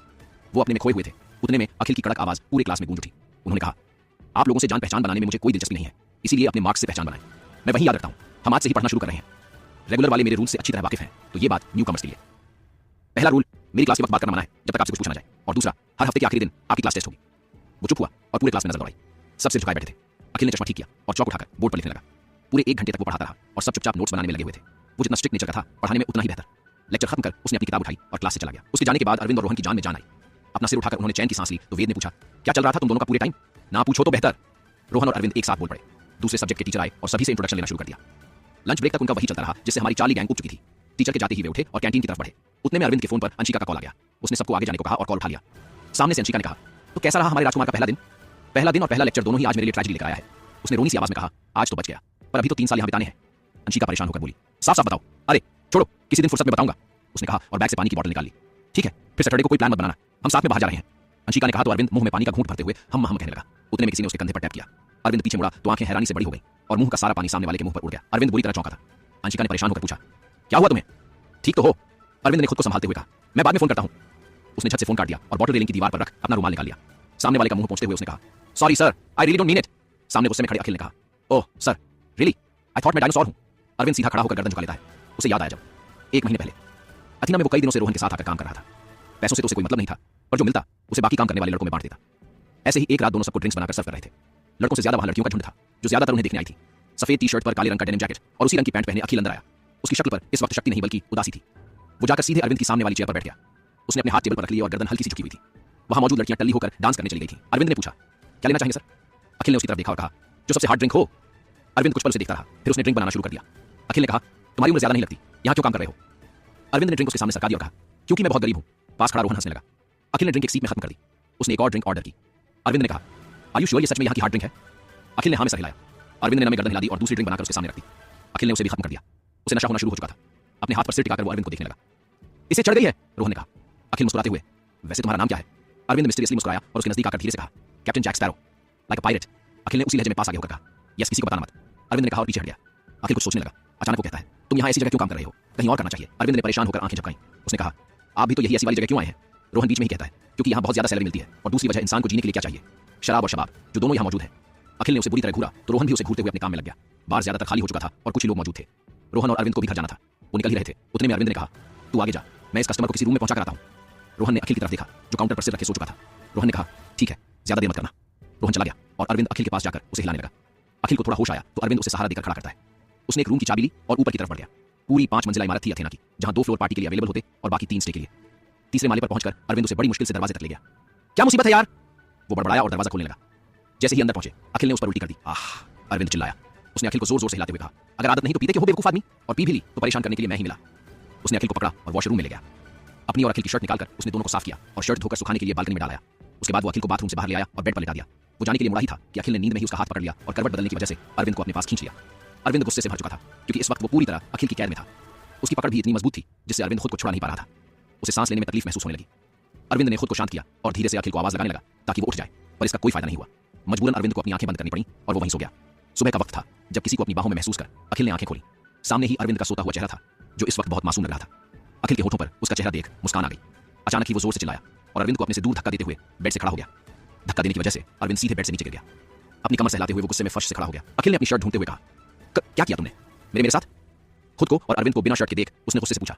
अरविंद पैर पटकते हुए उसके पास आया और उसे बेड पर धक्का दे दिया। अखिल की आंखें बड़ी हो गई। अरविंद ने एक पैर बेड पर रखा और उस पर झुकते हुए कहा, तुम क्या खुद को हूर का पारा समझते हो जो मैं तुम्हारा फायदा उठाऊंगा? अरविंद ने दांत पीसते हुए कहा, मेरी तो किस्मत ही खराब है जो कल तुमसे मिला और तुम्हें लगता है मैं तुम्हारे जैसे डायनासोर के साथ कुछ भी करूंगा, जबकि लड़कियां खुद मुझे अप्रोच करती हैं। तो मेरी शर्ट? अखिल ने उसे दूर करते हुए पूछा। दुनिया के ऊपर बोझ और 8वें अजूबे इंसान खुद के साथ मेरे ऊपर उल्टी कर दी और वो तुम थे जिसने मुझे जकड़कर अपने पास रोक लिया। अरविंद के मुंह से अपने लिए ऐसी बातें सुनकर अखिल हैरत भरी नजरों से उसे देखता रहा। उसके मुंह से एक आवाज तक नहीं निकली। अरविंद एक झटके में दूर हुआ और अपनी शर्ट बालकनी से ले आया जो अब तक सूख चुकी थी। वो जा ही रहा था कि रुका और घूरकर अखिल की तरफ देखा जो अब तक बेड पर बैठे उसे ही देख रहा था। अरविंद उसके पास गया और वहीं टेबल पर रखा उसका पर्स उठा लिया। उसमें से उसने कुछ पैसे निकाले और कहा, मुझे परेशान करने और मेरा टाइम वेस्ट करने के लिए। उसने पर्स अखिल के ऊपर फेंक दिया जो उसके सीने से लगकर गोद में गिर गया। अरविंद ने एक बार और उसके ऊपर झुकते हुए कहा, जिंदगी में दोबारा अपनी शक्ल मत दिखाना वरना तुम्हारा सिर फोड़ दूंगा। तो अगली बार मिलने पर तुम मेरा सिर फोड़ने वाले थे कैप्टन जैक स्पैरो। अखिल की बात सुनकर अरविंद वर्तमान में आया।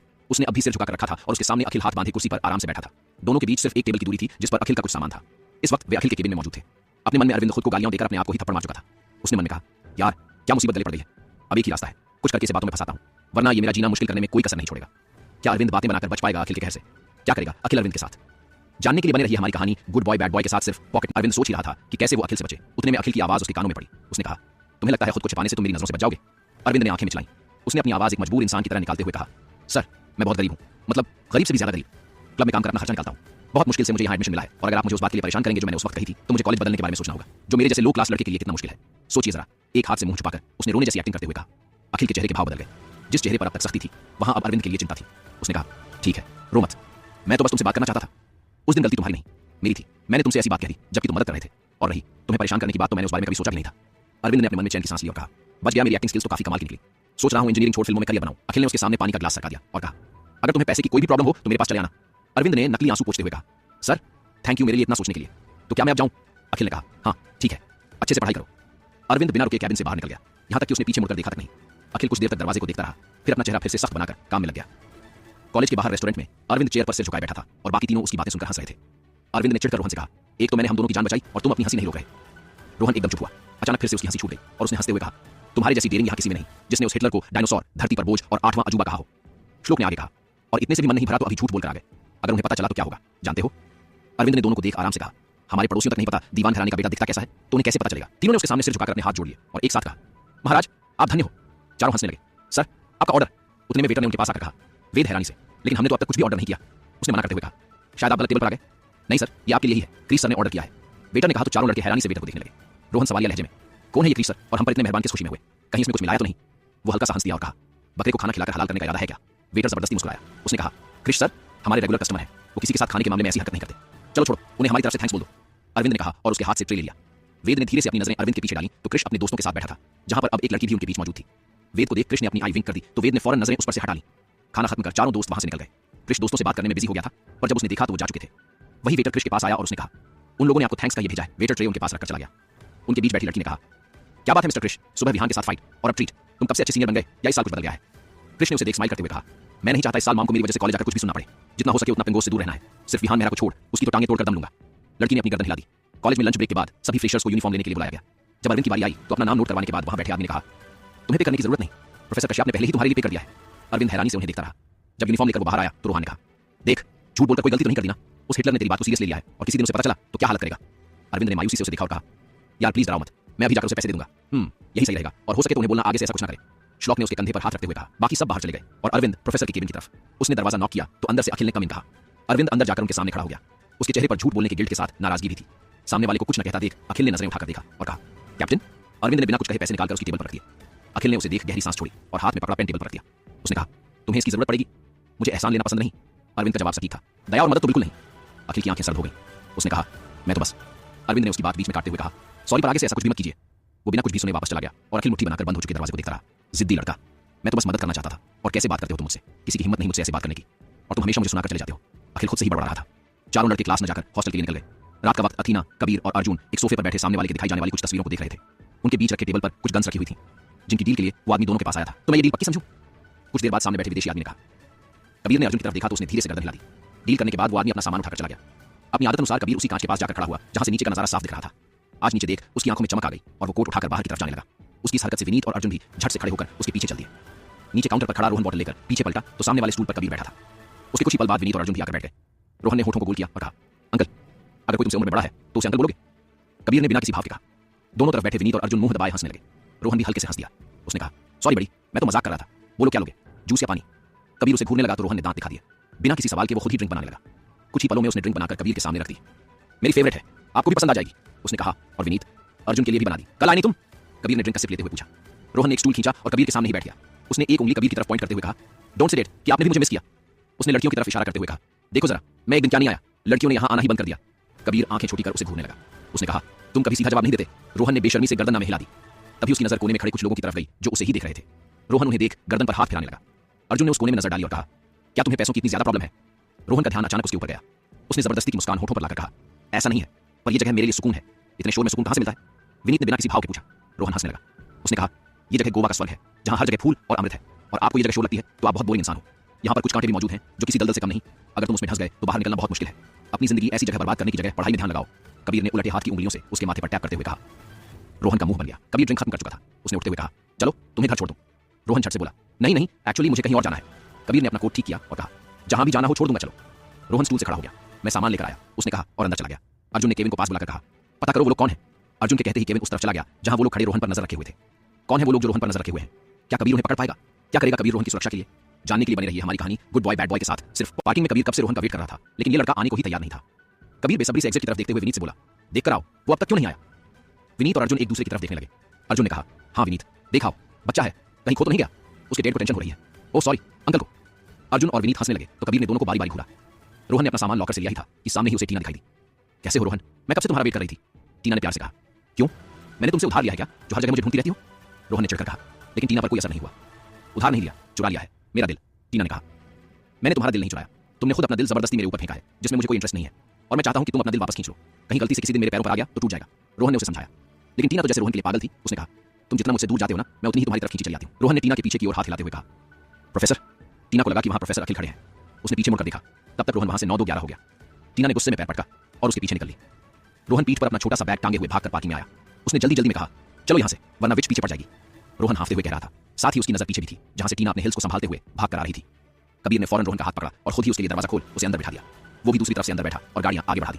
पीछे से टीना पैर पटकते रह गई। रोहन जो कांच से झांकते हुए पीछे देख रहा था, उसने चैन की सांस ली और आराम से बैठ गया। आगे बैठे विनीत ने कहा, वो भी तो फूल थी और कितने प्यार से बेबी बेबी करते हुए आ रही थी, तो उससे क्यों भागे? ओह कम ऑन, मेरा भी कोई स्टैंडर्ड है, वो कोई फूल नहीं, पूरा पिक्चर है। अगर इस साइको को पीछे लगा लिया तो जल्द ही परलोक प्रस्थान करना पड़ेगा।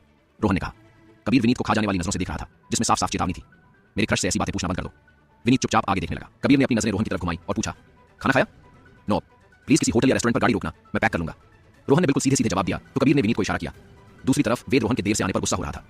कहां रह गया ये लड़का? माँ ने इसे कितना कहा कि संभाल कर रहना, लेकिन ये किसी की नहीं सुनता। इसकी शिकायत करनी पड़ेगी माँ से भी और आरशी ब्रो से भी। उसे गुस्सा देखकर अभिनव ने उसे तसल्ली दी।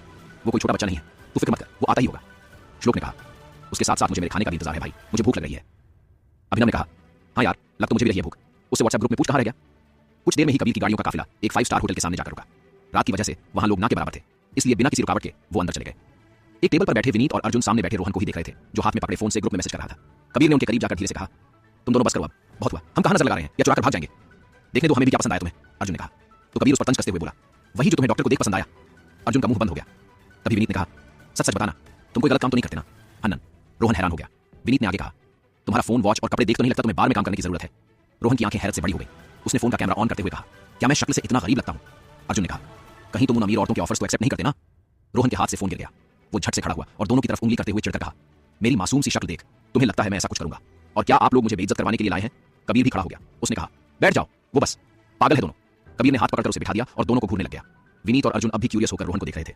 इस वजह से उसने जोर से टेबल पर हाथ पटककर कहा, ये सब मैंने अपनी सेविंग से खरीदा है और फोन मेरे ब्रो ने गिफ्ट किया है। क्या तुम्हारा ब्रो ड्रग्स बेचने का काम करता है? अर्जुन ने अचानक पूछ लिया। नहीं, वो फोन थोड़ा ज्यादा महंगा लगता है। कबीर ने कसकर मुक्का उसकी पीठ में मार दिया। उसने कहा, एक बार और तुम्हारी जबान खुली तो उल्टा लटका दूंगा, और तुम्हें पता है मैं मजाक नहीं करता। रोहन गुस्से के मारे दोनों को ही घूर रहा था, इसलिए अर्जुन ने हंसते हुए कहा, सॉरी सॉरी लिटिल बॉय, हम तो मजाक कर रहे थे। रोहन ने मुंह बना लिया और दोबारा फोन उठाकर मैसेज करने लगा। कुछ देर में खाना आ गया तो रोहन ने 3 लोगों के लिए उसे पैक करने के लिए बोल दिया। कबीर ने पूछा, आज भी दोस्तों के साथ हो? रोहन ने हाँ में सर हिला दिया। उसने कहा, हम साथ रहते हैं हॉस्टल में। हॉस्टल में खाना नहीं मिलता क्या? अर्जुन के पूछते ही रोहन ने दांत पिसते हुए कहा, मिलता है ना, आपकी जबान की तरह बेस्वाद। अर्जुन का मुंह बन गया। वहीं विनीत और कबीर हंस दिए। अर्जुन ने कहा, कौन से कॉलेज के हॉस्टल में हो? केवीए। रोहन ने बिना देखे ही बोला, इतना बड़ा कॉलेज है पर मेस एकदम घटिया, डोनेशन तो पूरा पूरा वसूलते हैं, पता नहीं फैसिलिटी देने में जान क्यों निकल जाती है। इतनी कंजूसी कर पैसे लेकर कहां जाएंगे? अर्जुन और विनीत मुंह खोले कबीर को देख रहे थे, जिसकी खुद की आंखें बड़ी हो चुकी थी। रोहन ने आगे कहा, एक बार मुझे वो बुढ़ा ट्रस्टी मिल जाए तो उसका भरता बना दूंगा। उसने हाथ में पकड़ा फोक खाने पर मारते हुए कहा। अर्जुन टेढ़ा मुस्कुराया और फिर उसने रोहन के कंधे पर हाथ रखते हुए कहा, अम्मा आराम से खाओ, क्या पता तुम्हारी बातें सुनकर उस बूढ़े ट्रस्टी को फांसी लग जाए। आखिरी लाइन उसने थोड़ा जोर देते हुए कही। खाना खाकर वो वहां से हॉस्टल के लिए निकल गए। इस अनजान की एक गाड़ी लगातार उनका पीछा कर उन पर नजर रखे हुए थी। हॉस्टल के सामने गाड़ी रुकते ही कबीर ने रोहन से पूछा, अंदर कैसे जाओगे? रोहन ने आई विंक कर दी और कहा, मैजिक से। उसने इस बार बैग से चॉकलेट निकाली और कबीर को थमाकर गाड़ी से नीचे उतर गया। वो गेट के पास जाकर पर्स निकालता है और गार्ड को 500 का नोट थमाकर आगे निकलते हुए पीछे देखता है। वो हाथ हिलाकर सबको बाय करता है। गाड़ी में बैठे सभी मुंह खोले हैरानी से गेट को ही देख रहे थे, लेकिन कबीर की आंखें सर्द थीं। उसने भारी आवाज में विनीत से कहा, ये गार्ड चेंज करवाकर सिक्योरिटी बढ़ा दो और मेस का पूरा स्टाफ चेंज करवा दो। कल सुबह आकर चेक करना, अगर फिर भी खाने के लिए प्रॉब्लम रहे तो ओके बॉस, कहकर विनीत ने सल्यूट कर दिया। कबीर ने गाड़ी के बैक मिरर में एक बार देखा, मोबाइल निकाला और अर्जुन को एक मैसेज भेजा। कुछ ही पलों में सारी गाड़ियां वहां से स्पीड में निकल गईं। तभी उनके पीछा करती गाड़ी में से एक इंसान बाहर आया।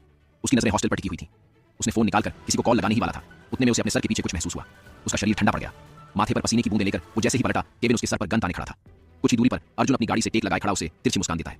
केविन गन उल्टी कर उस आदमी के सर पर मारता है और गार्ड उठाकर उसे गाड़ी की डिक्की में डाल देते हैं। जंगल के बीच फैली शांति में कुछ काले कपड़े पहने लोग एक खंडहर के अंदर चले जाते हैं, जो पेड़ और बेलों से इस तरह ढका हुआ था कि बाहर से देखने पर आसानी से समझ न आए। अंदर ही एक जख्मी आदमी के दोनों हाथ ऊपर जंजीर से बांध रखे थे। केविन लगातार उसके पेट में मुक्के बरसा रहा था और अर्जुन सामने बैठा बिना किसी भाव के सिगरेट पी रहा था। उसी वक्त कबीर अपने लोगों के साथ वहां पहुंचा। उसने कहा, कुछ बोला, मोटी चमड़ी है, आसानी से मुंह नहीं खोलेगा, थोड़ा पिटने दो, उसके बाद उसे अलग अलग तरह से टॉर्चर करेंगे और जब दर्द असहनीय होगा तब वो रटे हुए तोते की तरह बोलना शुरू कर देगा। अर्जुन की कही बातें उस बंधे हुए इंसान के कानों में भी पड़ रही थी। उसके पैर कांपने लगे और डर की वजह से वो बोल पड़ा, मैं सब बता दूंगा। कबीर आराम से अर्जुन के पास वाली चेयर पर बैठ गया। आदमी ने कहा, मैं फॉक्स गैंग के लिए काम करता हूं। कबीर के होठों पर तिरछी मुस्कान आ गई। उसने आराम से कहा, कुछ नया बताओ जो हमारा जानना जरूरी हो, आपकी कमजोरी ढूंढने के लिए। ये बात उस आदमी के आखिरी शब्द बनकर रह गए। कबीर की गन से धुआं निकल रहा था और सामने बंधे आदमी के सीने से खून। उसने ठंडी आवाज में विनीत से कहा, रोहन के लिए बेस्ट गार्ड्स भेज दो जो उसके सामने ना आकर उसे प्रोटेक्ट करें। विनीत ने हाँ में गर्दन हिला दी। अर्जुन झट से खड़ा हो गया। मैं हॉस्पिटल जा रहा हूं, उसने कहा और फौरन वहां से निकल गया। विनीत ने खुद से कहा, किसी से न डरने वाले आज एक मामूली से आदमी की बात सुनकर डर गए। अर्जुन क्या करेगा आरशी की सुरक्षा के लिए? क्या होगा जब रोहन को पता चलेगा कि जिन लोगों के साथ उसकी दोस्ती है वो ड्रग माफिया से हैं और किसी को मार देना उनके बाएं हाथ का खेल है? क्या मोड़ लेगा कबीर और रोहन का रिश्ता? जानने के लिए बने रहिए हमारी कहानी गुड बॉय बैड बॉय के साथ सिर्फ पॉकेट। कॉलेज के गेट से जब चार्ली गैंग अंदर जाने लगा तो सबकी नजरें अपने आप उनकी तरफ उठने लगी। चारों ही यूनिफॉर्म में एक जैसे और बहुत ज्यादा क्यूट लग रहे थे। हमेशा की तरह गार्डन में लगी बेंच पर बैठे क्रीश की नजर अचानक ही उनके ऊपर गई और उसने फोन छोड़कर उन्हें देखने लगा। उसने आसपास नजर दौड़ाई तो लड़कियों के साथ साथ कुछ लड़के भी उन्हें देख रहे थे और यही बात क्रीश को खटकने लगी। उसने मन में सोचा, सबको देखो, बस उसे नहीं जो मेरा है, क्योंकि उसकी तरफ उठने वाली आंखें निकालने में मैं पीछे नहीं हटूंगा। चारों गेट से अंदर आए तो वही हुआ जिसका डर वेद और श्लोक को था। विहान अपने दोस्तों के साथ उसी जगह बैठा वेद को अपने पास बुला रहा था। रोहन और अरविंद ने वेद की तरफ देखा। रोहन ने पूछा, क्या कल ऐसा कुछ हुआ जिस बारे में हमें पता नहीं? वेद नजरें चुराने लगा तो अरविंद ने थोड़ी सख्ती से श्लोक का नाम लिया। श्लोक ने सब कुछ बता दिया, जिसे सुनकर रोहन और अरविंद की मुट्ठियां बन गई। वहीं दूसरी तरफ क्रीश भी अपनी जगह से खड़ा होकर वेद की तरफ बढ़ गया। सुना नहीं क्या, कब से बुला रहा हूं? विहान ने तेज आवाज में कहा। रोहन ने अपनी स्लीव्स फोल्ड कर ली तो वेद फौरन बोला, देखो रोहन, कल ऑलरेडी बहुत कुछ हो चुका है, अब ऐसा कुछ मत करना कि हम सीनियर्स की नजर में आ जाए। श्लोक ने भी उसका हाथ पकड़कर कहा, वृंदा माँ ने भी कहा है ना, किसी से झगड़ा मत करना। रोहन और अरविंद बिना उनकी बात सुने अपना बैग उन्हें पकड़ाकर विहान की तरफ बढ़ गए। मजबूरन उन दोनों को भी उनके पीछे जाना पड़ा। विहान बाइक से उतरकर नीचे खड़ा हो गया। उसने कमर पर हाथ रखे थे और अपने सामने खड़े रोहन और अरविंद को देखने लगा। वह हल्का सा झुका और रोहन के पीछे खड़े वेद को देखते हुए कहा, ओह, तो अपने साथ बॉडीगार्ड्स लेकर आए हो? उसने रोहन के कंधे पर धक्का मारते हुए कहा, क्या लगता है ये मुझसे लड़ेगा? रोहन मुस्कुराया और विहान का हाथ अपने हाथ में पकड़कर मरोड़ते हुए उसे घुमा दिया और पीठ से लगा दिया। उसकी मूव इतनी तेज थी कि विहान को कुछ समझने का मौका ही नहीं मिला। सब आंखें फाड़कर उन दोनों को देखने लगे, खासकर विहान के दोस्त। वे लोग आगे आने लगे तो अरविंद ने बीच में आकर कहा, क्या किसी और को भी यह शाही ट्रीटमेंट चाहिए? मेरे हाथ में भी बहुत खुजली हो रही है और ये सीनियर जूनियर नहीं देखेगा। पीछे खड़ा क्रीश हंसते हुए आगे आया और विहान के सामने जाकर थोड़ा सा झुक गया। चुप चुप चुप चुप, क्या तुम्हारे नसीब में अपने जूनियर से पीटना ही लिखा है? उसने कहा और रोहन की तरफ उंगली कर, गुड जॉब। विहान गुस्से से चिल्लाया पर खुद को छुड़ा नहीं पाया। शायद रोहन ने अच्छी खासी फाइटिंग स्किल सीखी है, ये उसने समझ लिया। रोहन ने और मजबूती से उसका हाथ दबा दिया तो विहान छटपटाने लगा। उसने अपना दूसरा हाथ पीछे ले जाते हुए रोहन को दूर करने की कोशिश की पर सब बेकार था। आखिर में हार कर उसने कहा, छोड़ो मुझे, इतनी आसानी से तो नहीं। रोहन ने मुस्कुराते हुए कहा।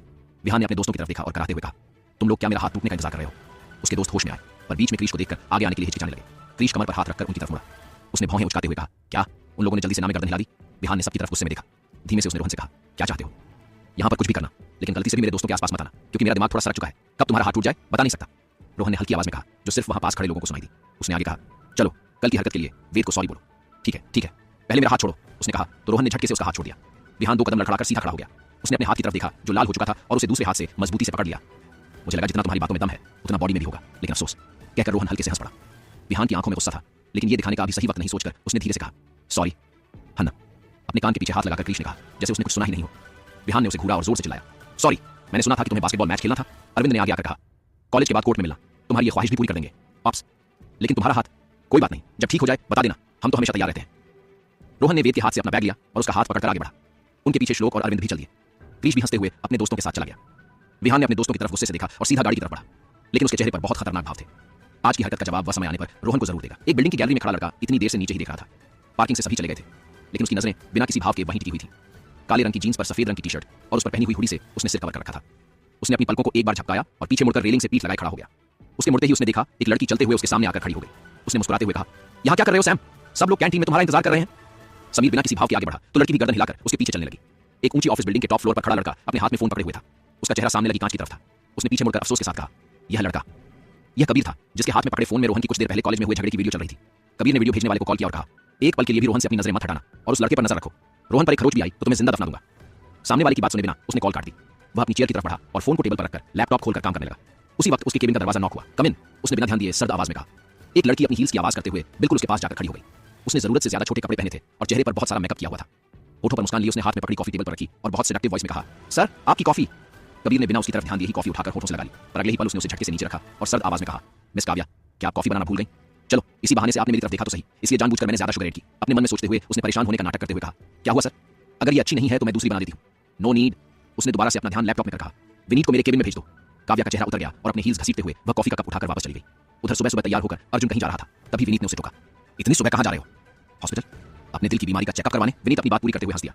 अर्जुन ने उसे घूरा, चल तू भी चल मेरे साथ। अर्जुन ने विनीत का हाथ खींचते हुए कहा, मैं क्या करूंगा, मुझे थोड़ी डॉक्टर पर क्रश है। विनीत ने हाथ छुड़ाने की कोशिश करते हुए कहा, चलना, डर क्यों रहा है? अर्जुन ने गुस्से में कहा, चल अब चुप रह। विनीत अब चुपचाप चलने लगा। रास्ते में विनीत ने देखा कि गाड़ी हॉस्पिटल की तरफ नहीं जा रही है। कहाँ जा रहे हैं हम? विनीत ने पूछा। वही करने जिसे हम पूरे गोवा में फेमस है, अर्जुन ने कहा। मतलब किसी को तोड़ना है? विनीत ने पूछा। अर्जुन सिर्फ मुस्कुरा दिया। सारी कार एक होटल में रुकी। अर्जुन उतरा और उसके पीछे विनीत और केविन भी थे। बाकी गार्ड्स ने भी उन्हें फॉलो किया। उन्हें देखते ही होटल के रिसेप्शन पर खड़ा लड़का नीचे चुप हो गया। सभी सीढ़ियों से होते हुए एक कमरे के पास पहुंचे और दरवाजा तोड़ दिया। कमरे में 3 नाइजीरियन आदमियों के साथ 2 लड़कियां थीं। आदमियों ने केवल बॉक्सर्स पहन रखे थे और लड़कियों ने भी कम कपड़े पहने हुए थे। सभी उन्हें देखकर डर गए। सभी ने बंदूकों को देखते ही अपने हाथ ऊपर कर लिए। ये हमारा शहर है और यहाँ धंधा भी हम ही करते हैं, अर्जुन ने कहा। जो हमसे पंगा करता है वो यहाँ से जिंदा नहीं वापस जाता। अर्जुन ने बोलना जारी रखा।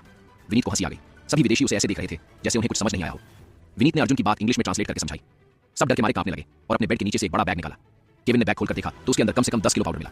अर्जुन ने सबको 12 घंटे का टाइम दिया गोवा से बाहर निकल जाने का। अर्जुन और उसके सभी साथी सीढ़ियों से नीचे आए और केविन ने एक नोटों की गड्डी रिसेप्शन की तरफ उछाल दी, जिसे छुपे हुए लड़के ने कैच करके चूमा और अपनी जेब में डाल लिया। विनीत ने पूछा, ये लोग मुझे नए लग रहा था पहली बार धंधा कर रहे हैं। किस गैंग के लिए काम करते हैं ये लोग? किसी गैंग के लिए नहीं, घूमने आए थे। इन्हें लगा यही माल खरीदेंगे और यही महंगे दामों में बेच देंगे और अपनी पूरी ट्रिप का पैसा निकाल लेंगे। अर्जुन ने बताया। हाँ, मुझे लगा था सिर्फ इंडिया वाले ही जुगाड़ करते हैं, विनीत ने कहा। और इन्होंने ये माल भी हमारे लोगों से ही खरीदा होगा, है ना? विनीत ने कंफर्म करने के लिए पूछा। अर्जुन सिर्फ मुस्कुरा दिया। अब कहाँ मुड़ रहे हो? विनीत ने पूछा। कबीर को एक वीडियो आया था रोहन का, वहां लगे हुए लोगों से एक बार फॉलो अप करना है, अर्जुन ने जवाब दिया। और गाड़ी कॉलेज के गेट पर पहुंच गई। क्यों भेजा है कबीर ने अर्जुन को कॉलेज? क्या गर्म दिमाग अर्जुन कॉलेज पहुंचकर कोई हंगामा कर देगा? जानने के लिए बने रहिए हमारी कहानी गुड बॉय बैड बॉय के साथ, सिर्फ